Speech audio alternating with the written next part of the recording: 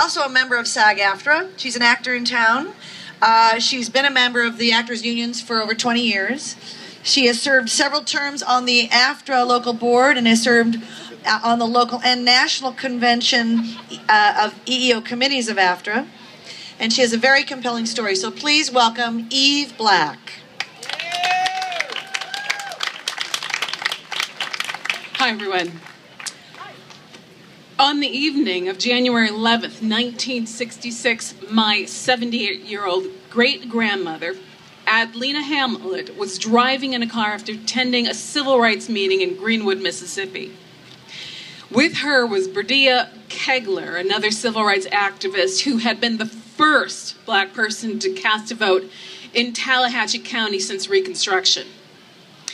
The women had been warned not to participate in civil rights work. My great-grandmother had been hung in effigy several months before.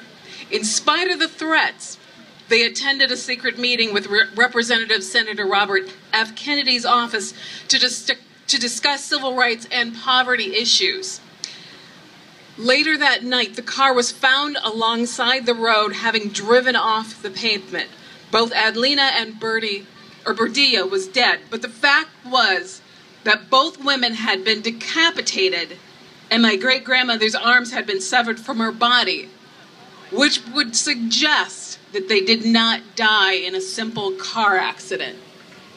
No one has ever been charged in these deaths. No reports were filled, and the cause of death is still listed as accidental. But the type of mutilation they suffered was a well-known signature of the KKK. In those days, of course, poll taxes, bogus literacy tests, and many other obstacles, including physical violence, stood in the way of allowing all citizens to vote. My great-grandmother and many, many others gave their lives so that all citizens could register and vote free from intimidation and phony bureaucratic barriers.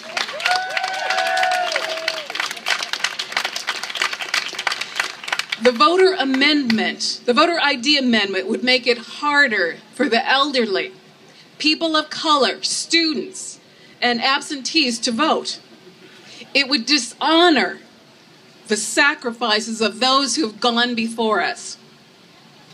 I am pleased that we do not need to meet in secrecy today and will not fear for my safety when I drive home from this gathering.